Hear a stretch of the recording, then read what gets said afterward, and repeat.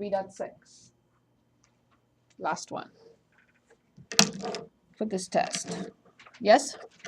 Anything else? Anything else you'd like me to look at? Okay, 3.6, last section. Polynomial and rational inequalities.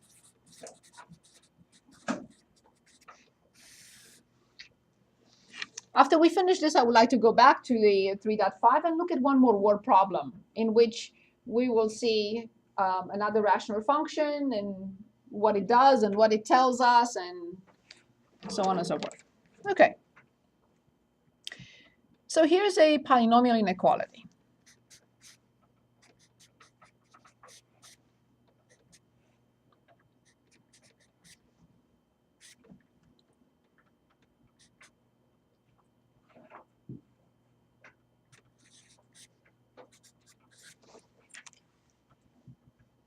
How do I know that this is polynomial?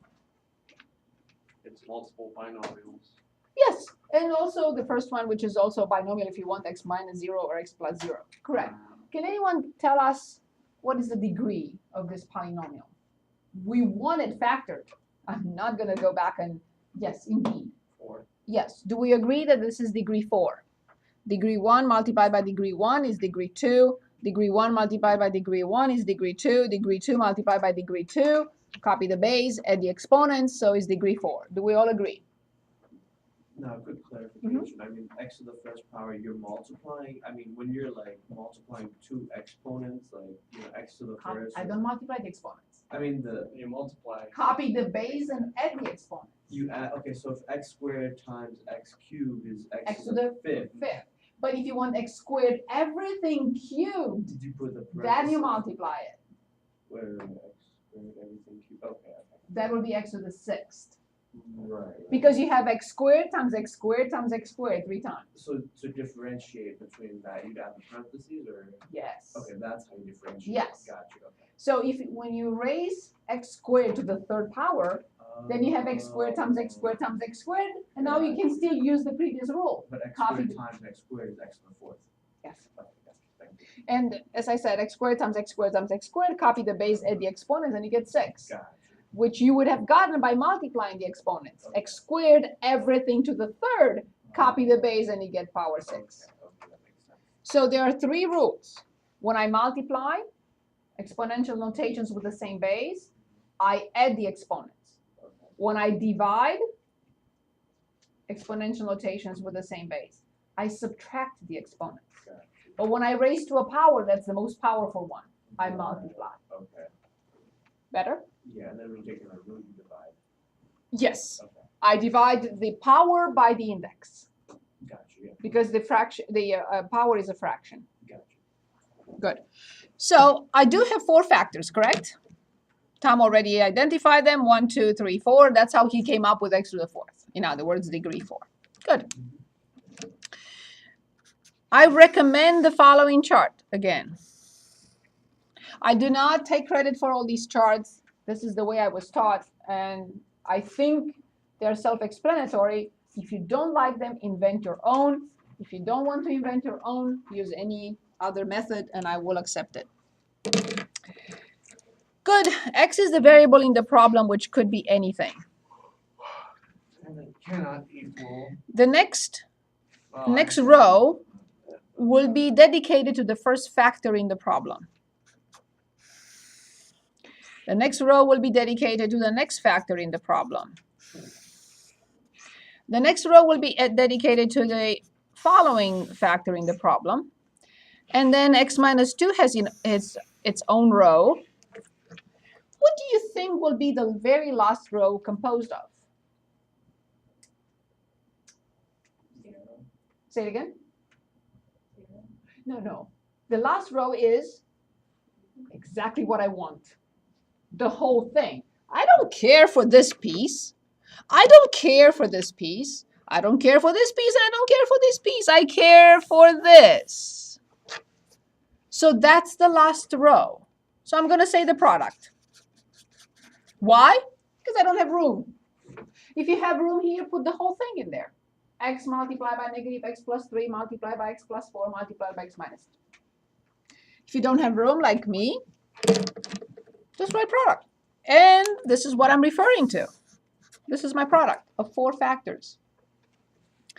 I need to identify where each and every factor is 0. Where is this factor 0?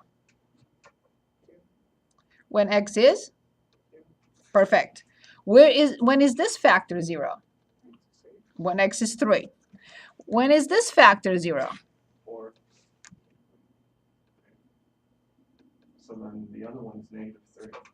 No, because you see that. Oh, right. Where is this factor 0? 2. 2. I would like you to give me these numbers in ascending order from left to right so I can put them in the chart where the values of x go. First number. 4. Next number. 2. Very good. Next number. Now 2. Very good. And next number. 3. Perfect. Okay, so let's summarize for a moment and see what we just did. Luckily, the polynomial was already factored. Otherwise, I would have had to factor it. We're going to write this note in a minute. So it's factored. I see 4 factors. For each and every factor, I determine it's 0.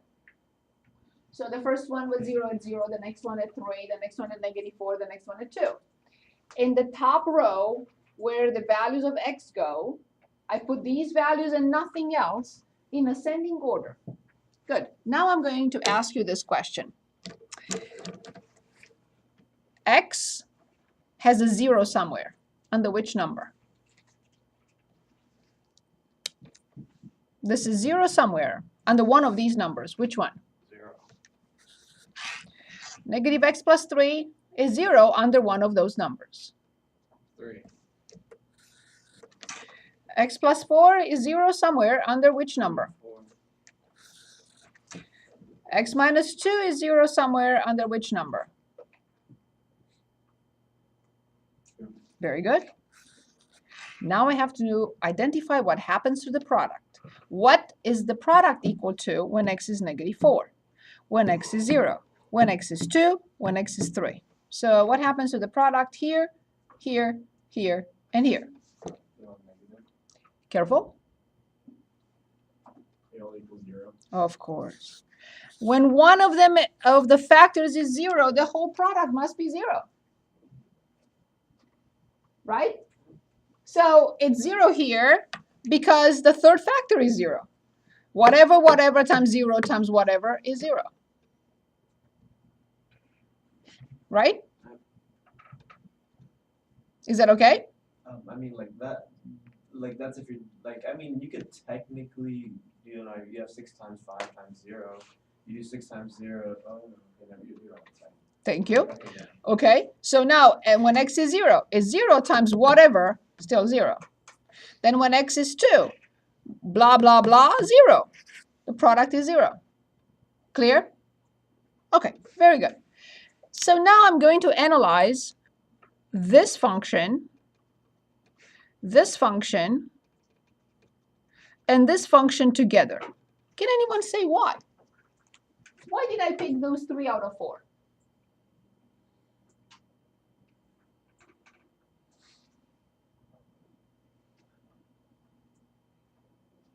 This is positive. Because they all have a positive slope. How does that function look like if it has a positive slope and they're all linear? So what would be the sign of this function before it crosses the x-axis? Negative. And after it crosses the x-axis? That's exactly what I'm going to put. You told me negative before it crosses the x-axis, and you told me positive after it crosses the x-axis. You said negative before it crosses the x-axis, and definitely positive after it crosses the x-axis. Negative before it crosses the x-axis at the 0, it's 0, and positive afterwards. Now please tell me the sign of the second factor.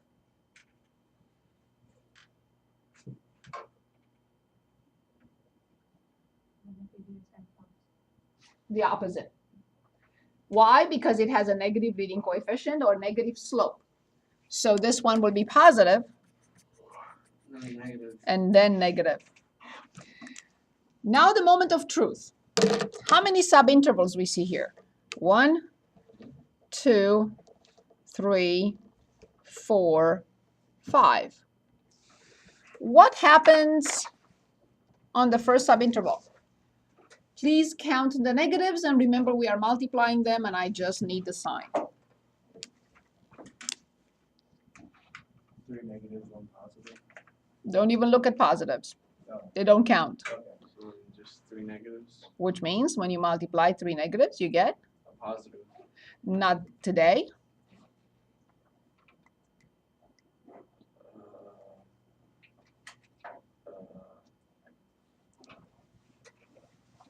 I think you broke me there. So I don't know. When we multiply 3 negatives. Very good. Next one. When we multiply 2 negatives.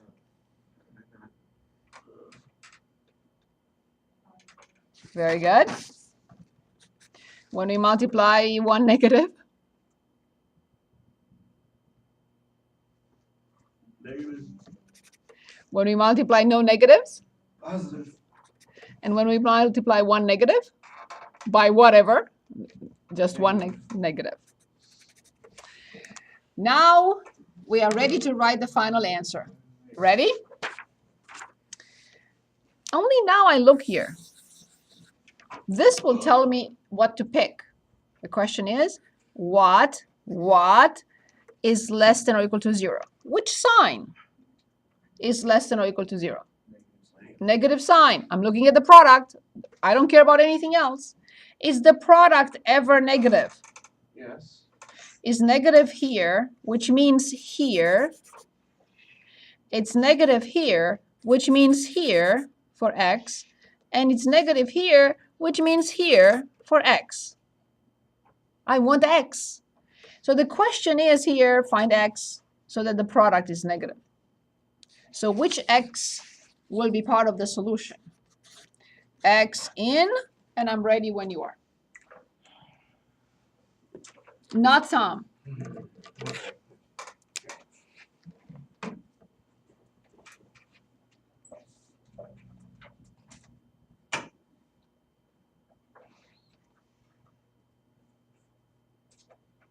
Negative infinity to negative what?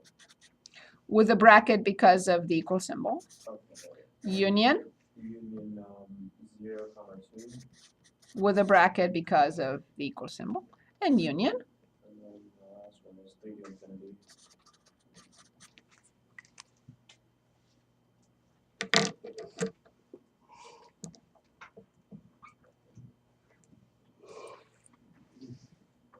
This is the method of solving polynomial inequalities. What is that that you wrote in green? Say it again.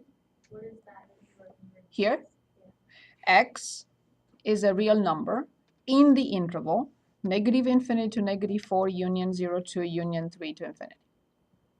So that's the final solution. It's only, yes? I don't understand how you got the signs of the product. I multiply a negative by a positive by a negative by a negative, and I get a negative number. I multiply a negative by a positive by a positive by a negative, and I get a positive number. Because there are 2 negatives. Not clear yet? Okay. So you understand that x is negative between negative infinity and negative 4? So this is negative. You understand that this quantity is positive between negative infinity and negative 4. So this quantity is positive. Then this one is negative. And then this one is negative. Negative times positive is negative. Oh, okay. Better? Then here, this is negative. This is positive. This is positive. This is negative. Negative times positive times negative is positive. Better? Everyone? Are we okay? Okay, so let's look at another problem. This time a rational inequality. Other questions, please? I don't want to rush you. Other questions? Okay, so let's look at another. Let's say x minus 1, negative x minus 4 over x plus 8. And let's say less than or equal to 0. Oh, we had on less than or equal to 0. This time, let's say greater than or equal to 0. Okay. Before we solve this, what type of inequality is this, by the way? Yes, it is rational inequality. Because it has a fraction, it has x in the denominator. It's like for rational functions. They have x in the denominator and they have a fraction line, right? So it has a rational inequality. Is that okay, everyone? Okay. Before we start this, I would like to write a note. This chart works only if two conditions are fulfilled. So two conditions must be fulfilled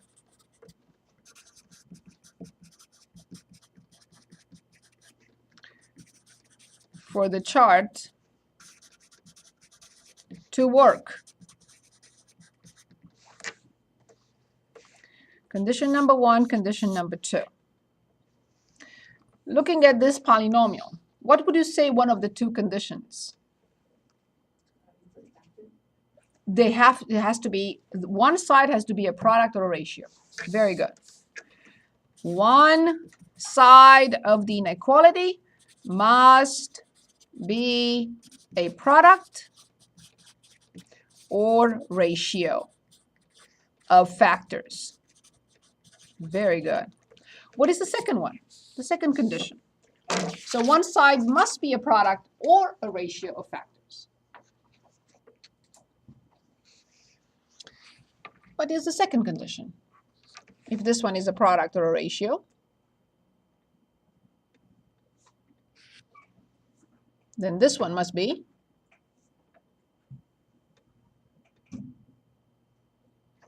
equal to 0. exactly. Otherwise, the chart doesn't work. The other side must be 0. The other side must be 0. If it's not, I cannot use this chart. Or the inequality is not chart ready. Okay, so now I'm coming back to this. We identified it's a rational inequality. My question is it chart ready? If it is, then I can start my chart right away. It's both criteria, so. Okay, do I have 0 on one side? Yep. Good, so number 2 is fulfilled. Do I have a product of factors or a ratio of factors on the other side? This will not be a product or a ratio of factors. Do I have something like this? Or do I have only a product or a ratio of factors? Only a product or ratio of factors. Very good. So don't write that. I'm going to white it out. Good. What is the first row in the chart? What does it represent?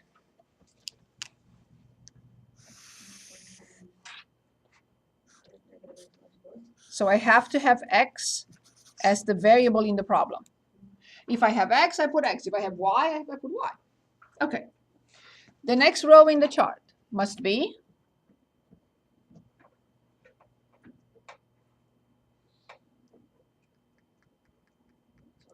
yes. The next row in the chart must be Negative x minus 4. the next row in the chart must be X minus 8. plus. And the last row in the chart must be, Product. in this case, I'm going to write ratio. Of course, I don't know how. I always run out of room. If you don't want to write ratio, just put the whole thing in there. X minus 1 times negative x minus 4 over x plus 8. Good. Which 3 numbers are you going to give me for the chart?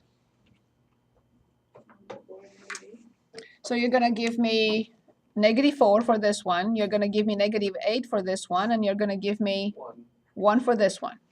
So in order from left to right, which one goes in first? Good. Awesome. Next one.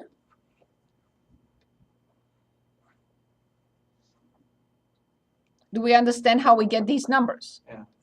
I said x minus 1 equal to 0, and I get 1. I said negative x minus 4 to 0, and I get negative 4.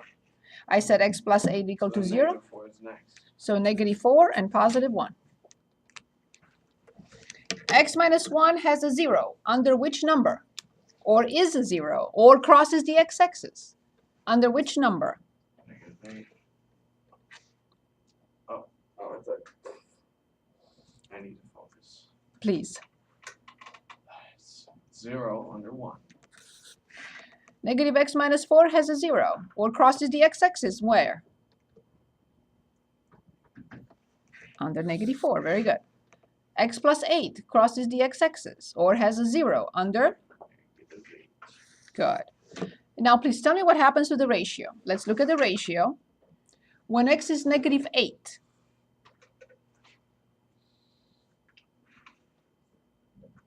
thank you. When x is negative 4,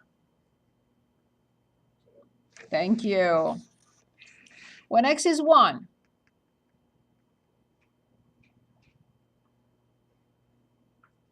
thank you. Please tell me the sign of x minus 1. If it has a positive slope, you're going to give me this sign or sequence of signs. If it has a negative slope, you're going to give me this sequence. So Negative and positive. for the first one, I agree. It's a positive slope. It's negative. It crosses the x-axis, and then it goes above the x-axis. Perfect. For this one. Positive then negative. Yes.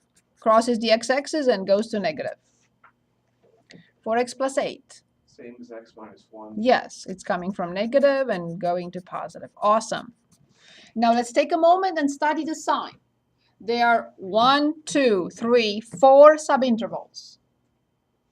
We're multiplying on or dividing two negatives on the first subinterval. What will be the sign of the outcome?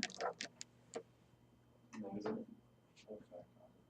Is that okay? Okay? We all agree with that this is positive? Okay. And the next one. In the next one. In the next one. I'm done with the chart. Now I look here. And I'm asking myself, what sign will I look for if I want this expression to be positive? Which sign? Why did you do that to under 8 then across Say it again. Why did you like shade that? For negative 8? Okay. Negative 8 minus 1 is negative 9. Negative 8 minus 4, it's positive 8 minus 4. It's 4. And the denominator is 0. The denominator is 0. Dividing by 0 is a big no-no in math. Is All that kinds of better? math. Is that better? Perfect. Good. So which sign will be greater than or equal to 0? Positive. Good. So I'm after this, and I'm after this. But actually, I'm after the x values that make the ratio to be positive. So now please tell me what to write. Ooh. Time to get it right. I shouldn't. Negative X is a real number in the interval. negative 8, negative 8 bracket, union, parenthesis, right? Yeah. Bracket, negative 4, 1, bracket. Very good. This is all the material we need for our test. I would like to work on a word problem now from each section. And this is the end of new material for this chapter, for this test. Can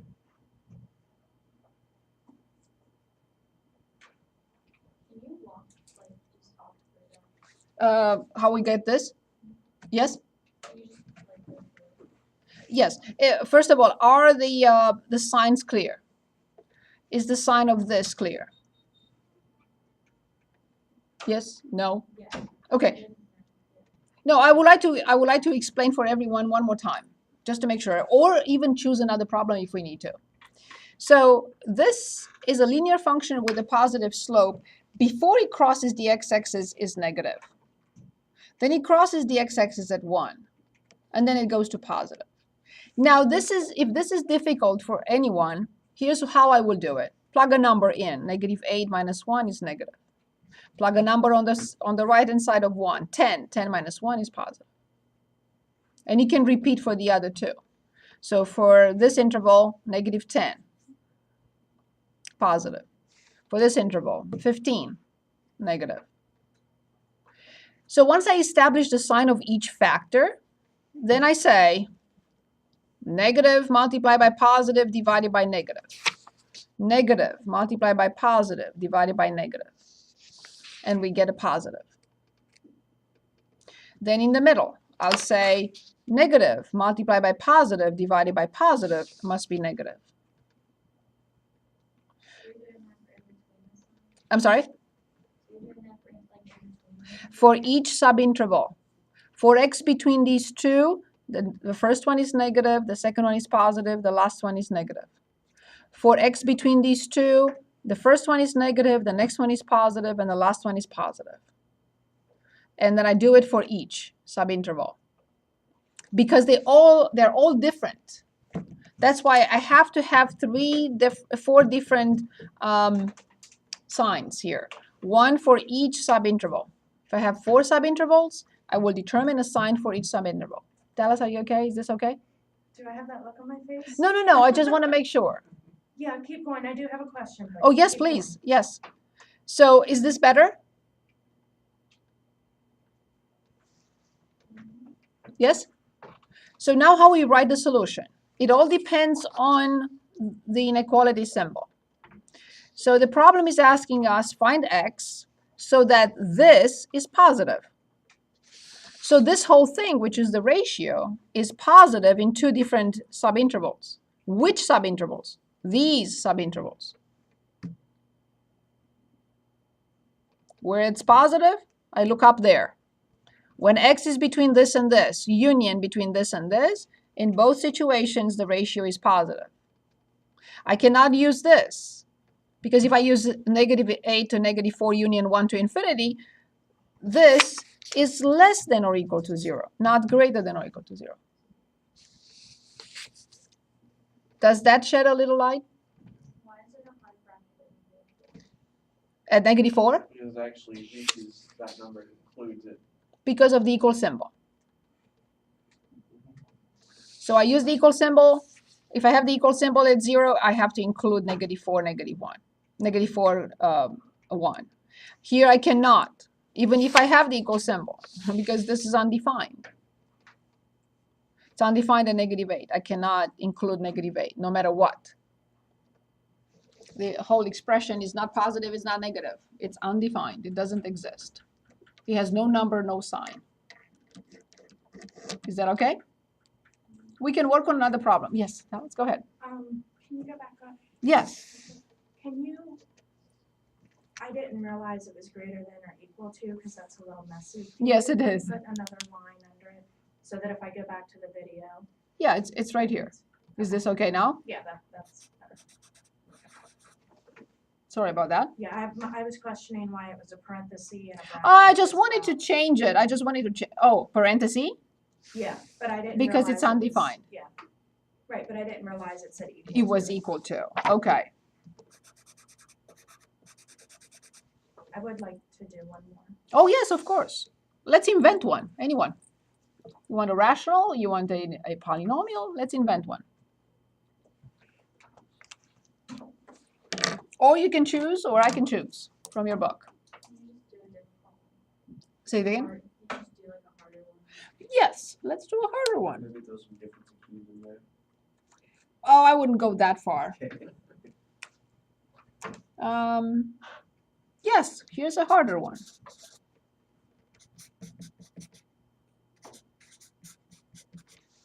Why is this harder?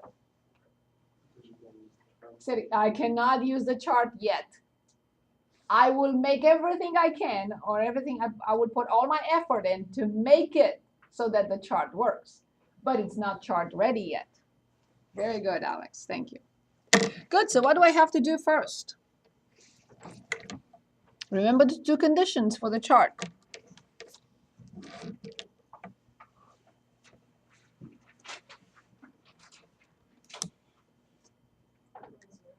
I have to have 0. So 1 over x plus 1 minus 2 over x minus 1 greater than 0. So I have one condition fulfilled.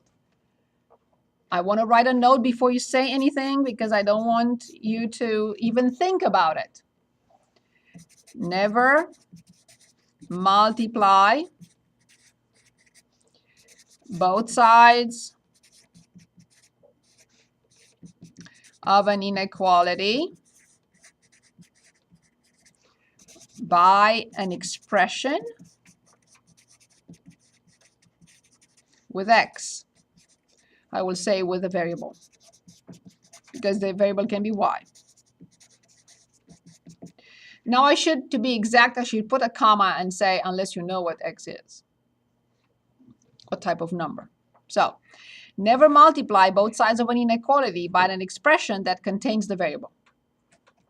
So, if you say multiply both sides by to eliminate fractions, that's not allowed. Because, no, because you don't know what you multiply by.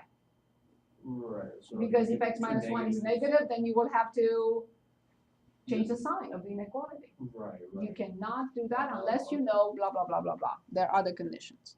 Okay, good. So how do I continue? I have 0 on one side. Now what do I need to have on the other side?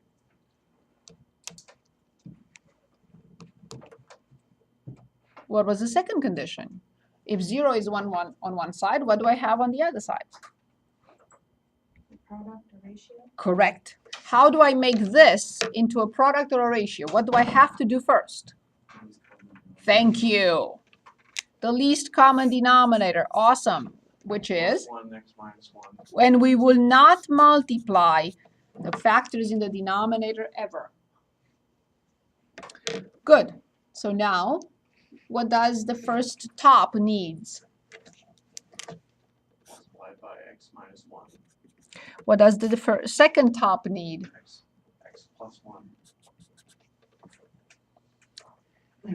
The first top needs -1, and the second one x plus 1. Please dictate slowly, not Tom. I keep forgetting saying that. You're still on the gag order, you know.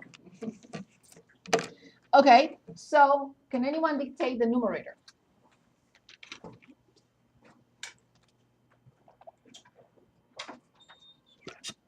And by the way, this is problem 68. I forgot to write the page, on page 441. Can anyone dictate the numerator, please? Give it a shot. X minus 1 Yes? minus 2 times x plus 1. Minus 2 times x. Okay. Plus 2, or minus 2. Very good. Do you all agree with x minus 1 minus 2x minus 2? Awesome. Now what will be my next step? Thank you. Negative x minus 3. Do you all agree with negative x minus 3 at the top? Negative x minus 3, correct? Everything over x plus 1, x minus 1. I can't touch it anymore. My question now is this chart ready? It is. It's a product or ratio, or both on one side and 0 on the other. Good. Let's get the chart going. Ready? So x is the variable in the problem. First factor is? Awesome. Next factor is? X plus 1. Awesome. Next factor is? X minus 1. Awesome. And what I'm really interested in is none of the above, but Ratio. ratio. So now I do have room. Negative x minus 3, everything over x plus 1, x minus 1. I don't have to write ratio because I had enough room. Good. X is the variable in the problem. It goes from anything to anything. How many numbers will you give me to write in the chart at the top?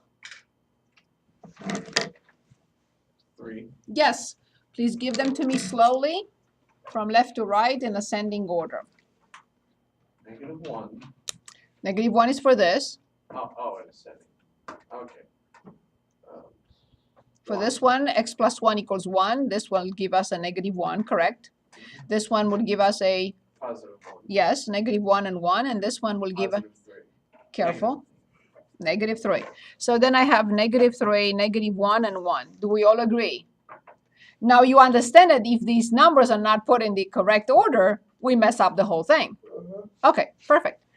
Each and every factor crosses the x-axis or is 0 somewhere. You must tell me under which number I write the 0 for this. Under?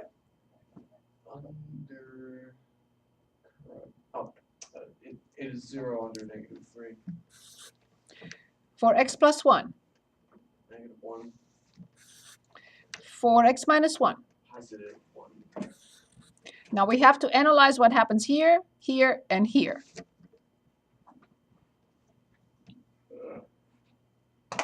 Other than Tom. When x is -3. So you plug -3 back into the whole equation, Exactly. and it's the one that's chart ready. In this one. We're talking about this one, yes? -3 makes the numerator equal 0. Correct. That makes the equation 0. The expression 0. Awesome. Very good. Next. Awesome. I couldn't have said it better. For -1. 0. Careful. The denominator is 0 now. When x is -1, this quantity is 0. Undefined.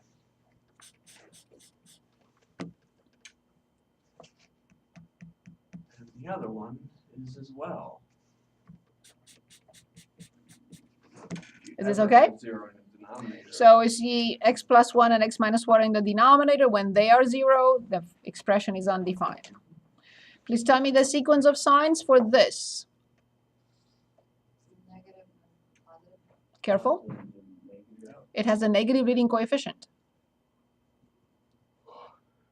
Positive. So remember, it's like, exactly. Remember, it's like a slant asymptote. Plug in a number. If you don't want to think in those terms, plug in a number. -5. What do you get?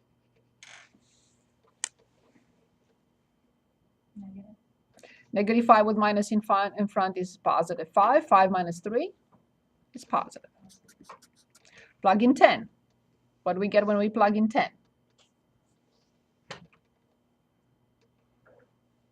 Plug in 10 and tell me what you get. -10 minus 3 is negative. Good. Plug in -50. Negative. Positive. Plug in +50. Plug in -50. -50 is right. Negative. Plug in +50. Positive. So if you don't want to think in terms of the line, either having a positive slope, which I highly recommend, or a negative slope, then just plug in a number to the left of the 0 and to the right of its 0. Here, for this function, to the left of -3 and to the right of -3. For this function, to the left of -1 and to the right of -1. For this function, to the left of 1 or to the right of 1. Whichever method works for you. Is that clear? Is this better? Okay, so now please tell me, when you multiply and divide, 2 negatives. Positive. When you multiply and divide, 3 negatives. When you multiply or divide, I don't care. Positive. And when I have one negative in a product or a ratio. Better? So now I'm asking myself, what do they want me to find? Where it's positive.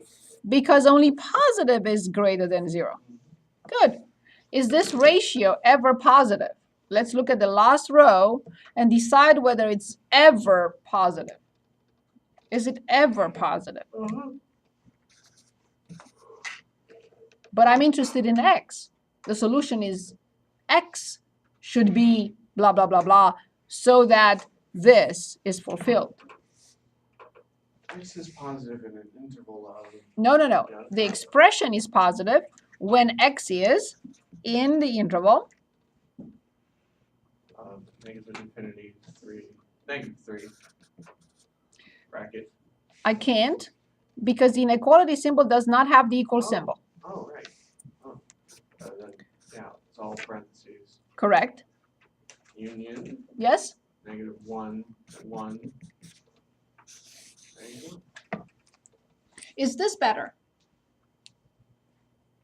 So, quick question. Yes. Is it safe to first, like, you isolate the boundaries of, like, the equation, meaning the zeros in the numerator and denominator, then set those boundaries? Yes, you have to do Then, that like, first. In the final equation, just plug in the numbers between those boundaries. If you want to. That's also usable. Like, that works too, right? You can. But this is like a nice visual. That's what I think. This is a method. If you have another or you prefer a different way, I'm fine. However, if you use what the book shows, which shows a real line, and they put some signs in there, you may not write the solution correctly with the bracket and the parentheses. So you have to be very careful. I'm confused. Why is that? Because you're not gonna know when you write the final solution. You're not gonna know where to put a bracket and where to put a parenthesis. What did you say again? Sorry. Okay. So you were asking me, what if I just put signs between those numbers, right? So the last one, like, the final Yes. product. Yeah. So this is what the book shows. Right. Sort of Yeah. a similar method with your question. But you may have difficulties identifying where to write the parentheses and where to put the brackets. On which side? Exactly. Oh. So that's why I accept the method, but be very careful. This method should not have any problem identifying where the parentheses are, because you're going to have this. You're not going to have this on the real lines that they show in the book. Okay, I got it. So if you know what you're doing, I'm fine. But, like, okay, I mean, I got it, yeah. That is the difficulty with that method. I'm But trying to here understand one- how that's, because, like, you would be able to know, right, without isolating each individual thing that you're multiplying. and Yeah, but you will dividing not have these. You will not have the 0. You will not have the undefined. by. I got you, and And you may we miss should that know. this is a parenthesis or this is a parenthesis or a bracket. That's what I'm saying. I'm saying you're gonna get close to the correct solution, but you may not identify these correctly Well, you using that method. have the zeros, like, I mean, you're gonna get the zeros either way, right? You're not gonna write them on the real line. That's the problem. Oh, got you. So it's just okay. You're not gonna have the 0 on the real line that they show in the book, Right, and you're right, not right, going right. to have the undefined situation. No, it makes So sense, then these may be difficult to yeah. identify. I got you. But if it works for you, I'm fine. No, I got it. Yeah, that makes sense. That's all. That's the only thing that I want to caution you on. That's it. Any questions?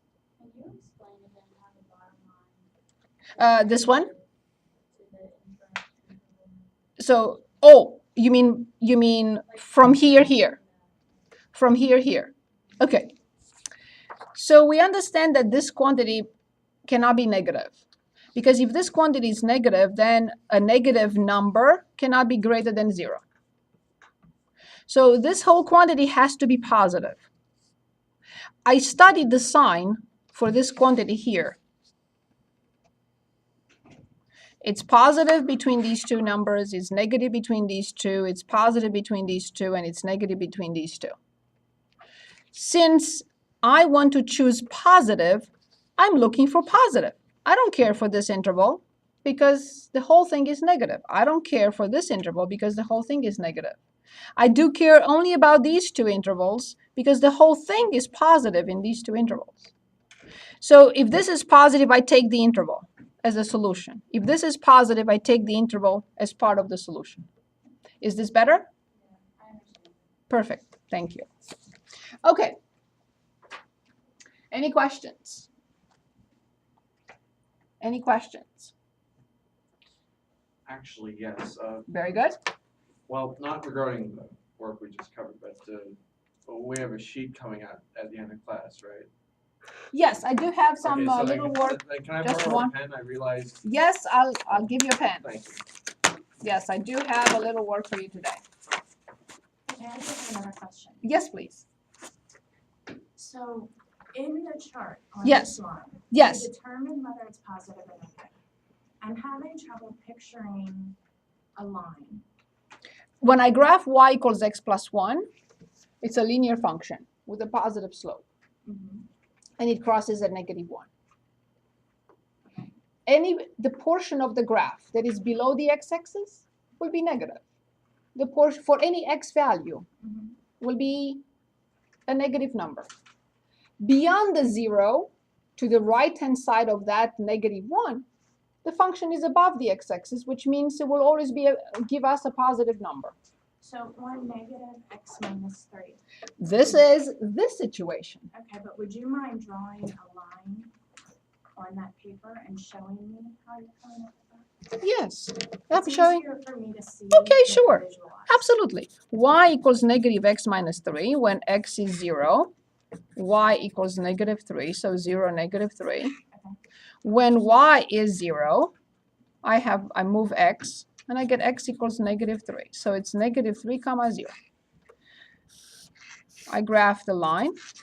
So 0, -3, and -3, 0. So this is the graph of y equals negative x minus 3. For any x value between -infinity and -3, the function is positive. For any x value between -infinity and -3, the function is above the x-axis. For any value between -3 and infinity, the function finds itself below the x-axis. It must be negative. For this one, it's the other way around. So it's coming from negative. We will cross the x-axis at -1. It will become positive. The same thing for this one because it has a positive slope. It will be a negative number. It will cross the x-axis at 1, and then it will go positive. Negative, 0 at +1, and then positive.